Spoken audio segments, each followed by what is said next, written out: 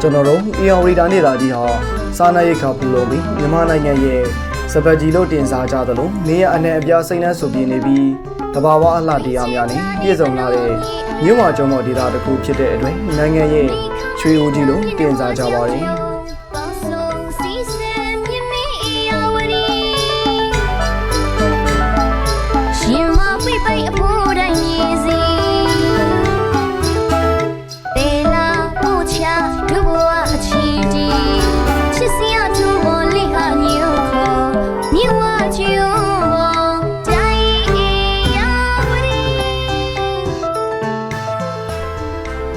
အေယာရီတိုင်းဒေသကြီးတွေကအလှဆုံးဒေသတစ်ခုဖြစ်တဲ့ပသိမ်ဒေသဟာ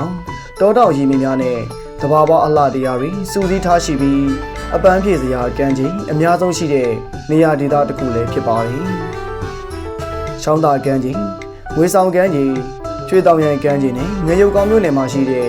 ဘောရန်ကြီးကျွန်းဟာလှပတာရတဲ့တဘာဝကမ်းခြေတွေဖြစ်ပါတယ်။ဒါကြောင့်မြန်မာနိုင်ငံဒေသအနှံ့အပြားကလာရောက်လည်ပတ်သူတွေနဲ့အထူးစီကားလေးရရှိပါတယ်။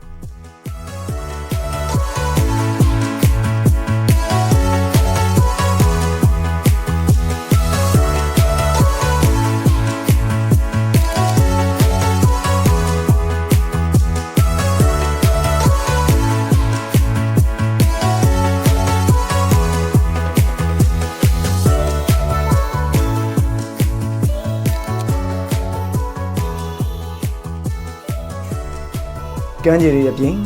ပင်လယ်ရေတိုက်စားမှုကြောင့်တဘာဝအလျောက်ဖြစ်ပေါ်နေတဲ့ပင်လယ်ကမ်းခြေတစ်ခုနဲ့မိတ်ဆက်ပေးလိုပါတယ်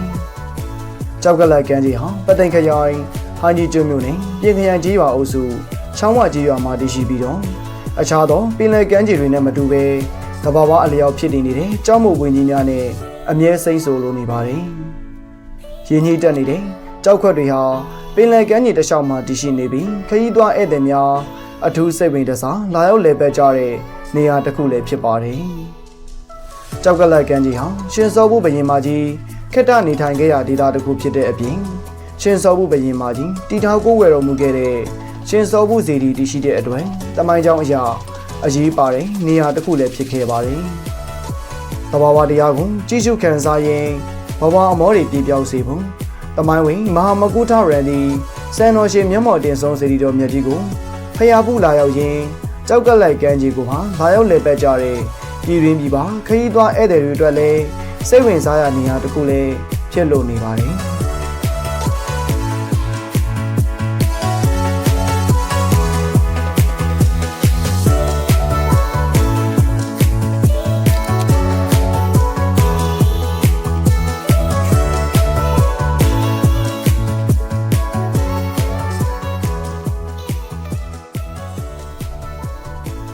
ကြောက်ကလတ်ကမ်းခြေဟာဟန်ကြီးကျွန်းမြို့ကနေရှောင်းဝကြီးရွာကို9မိုင်ရှောင်းဝကြီးရွာကနေကြောက်ကလတ်ကမ်းခြေကို12မိုင်ခန့်သွားရပြီးဂရိုသင်းမောတွေဇက်ရည်ရည်တွေနဲ့အလွယ်တကူသွားလာနိုင်ပါတယ်။ရှောင်းဝတစ်ဖက်ကမ်းမှာလည်းကျိုးပိုးရင်များအလွယ်တကူရှိတဲ့အတွက်လာရောက်လက်ပတ်သူတွေအတွက်အထူးအဆင်ပြေလေးရရှိပါတယ်။ကြောက်မှုပွင့်နေရရခင်နှစ်100ကျော်ကလေးကတဘာဝအလျောက်တည်ရှိနေခဲ့ပြီး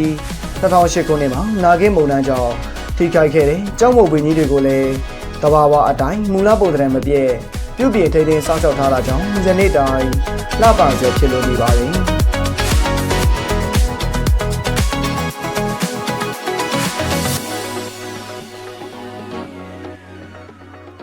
ကြောက်ကလတ်ကမ်းခြေကိုလာရောက်လည်ပတ်မယ်ဆိုရင်တော့ပင်လယ်ဒီရေတက်ရက်နဲ့ရေသေးရက်ဆိုပြီးသတ်မှတ်ထားတာတွေရှိပါတယ်။ရေတက်ရက်တွေမှာတော့ကမ်းခြေတစ်လျှောက်အမြဲစိမ့်စုံနေတဲ့ရင်းကြီးကြောက်ခွက်များကိုမြင်တွေ့ရမှာမဟုတ်ပဲကြောက်မိုတွေအထိဒီရီတွေတက်နေတာကိုပဲတွေ့မြင်ရမှာဖြစ်ပါတယ်။ဒီရီတက်ရက်တွေအနေနဲ့ကတော့လာဇန်1ရက်2ရက်3ရက်နေ့တွေမှာဒီရီအတက်ဆုံးဖြစ်ပါတယ်။ဒီရီသေးရက်တွေကတော့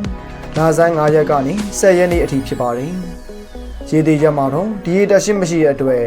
အမြဲစိမ့်စုံနေပြီးတဘာဝအလှတရားတွေနဲ့ပြည့်စုံနေတဲ့ရင်းကြီးကြောက်ခွက်များကိုတွေ့မြင်ကြရမှာပဲဖြစ်ပါတယ်။ကြောက်ကလတ်ကမ်းခြေကိုလာရောက်လည်ပတ်ကြမယ်ဆိုရင်တော့အမြဲစိမ့်စုံနေတဲ့ရင်းကြီးကြောက်ခွက်တွေနဲ့ပင်လယ်ရဲ့တဘာဝအလှတရားများကိုခန်းစားကြည့်ရှုရင်းရေသေးရက်များဖြစ်တဲ့လာဇန်9ရက်ကနေ10ရက်နေ့များကိုရွေးချယ်ပြီးလာရောက်လည်ပတ်ကြဖို့ဖိတ်ခေါ်လိုပါတယ်ခင်ဗျာ။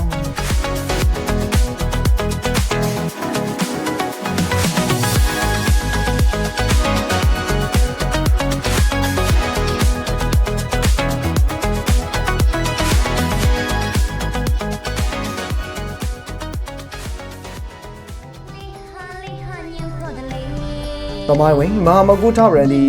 စံတော်ရှင်မျက်မှော်တင်ဆုံးစေရီတော်မြတ်ကြီးကိုလာရောက်ဖူးမြော်ရင်းဟာညီကျုံမျိုးတစ်ဖက်ကမ်းမှာရှိတဲ့ကြောက်ကလတ်ကမ်းကြီးအပါအဝင်အနီးဝန်းကျင်မှာရှိတဲ့တီတူးကြိုင်ကမ်းကြီးဓာသွေးကြောက်ကမ်းကြီး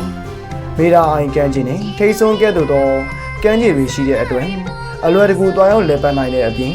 မီယိုးဖလာကြောက်မီးပိုလုပ်ငန်းတန်ငါလုပ်ငန်းများကိုလည်းဝင်ရောက်လေ့လာနိုင်တယ်လို့ဒေတာယူရအစားအစာတွေတန်ချင်းလက်ဆက်တဲ့ပင်လယ်စာတွေကိုလာရောက်သုံးဆောင်ရင်ဘဝအမောတွေကိုလာရောက်အပန်းဖြေကြပါလို့ဖိတ်ခေါ်တင်ဆက်လိုက်ရပါတယ်ခင်ဗျာ